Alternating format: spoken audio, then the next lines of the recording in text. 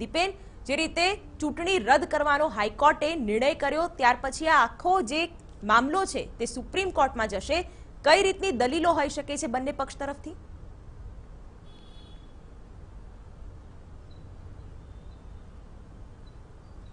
ચિત્રા, ગઈકાલે હાઈકોર્ટે જે ચુકાદો આપ્યો છે દ્વારકા વિધાનસભાની 2017ની ચૂંટણી રદ કરવાનો, તેને લઈને હવે કોંગ્રેસ છે તે આગોતરું આયોજન કરી રહી છે. જે મુખ્ય અરજદાર હતા અને કોંગ્રેસના 2017ના દ્વારકા વિધાનસભાના ઉમેદવાર હતા મેરામણ ગોરિયા, તેઓ ગઈકાલે દિલ્હી પહોંચ્યા છે અને દિલ્હીમાં હાઈકમાન્ડ સાથે ચર્ચા કરી છે અને કોંગ્રેસના જે સિનિયર એડવોકેટ છે તેમની સાથે પણ મેરામણ ગોરિયાએ મુલાકાત કરી છે અને આ મામલે આવતી સોમવારે મેરામણ ગોરિયા છે તે સુપ્રીમ કોર્ટમાં કેવિયેટ અરજી દાખલ કરે તેવી શક્યતાઓ છે અને આ માટેની તમામ તૈયારીઓ છે તે કરી દીધી છે. મહત્વનું છે કે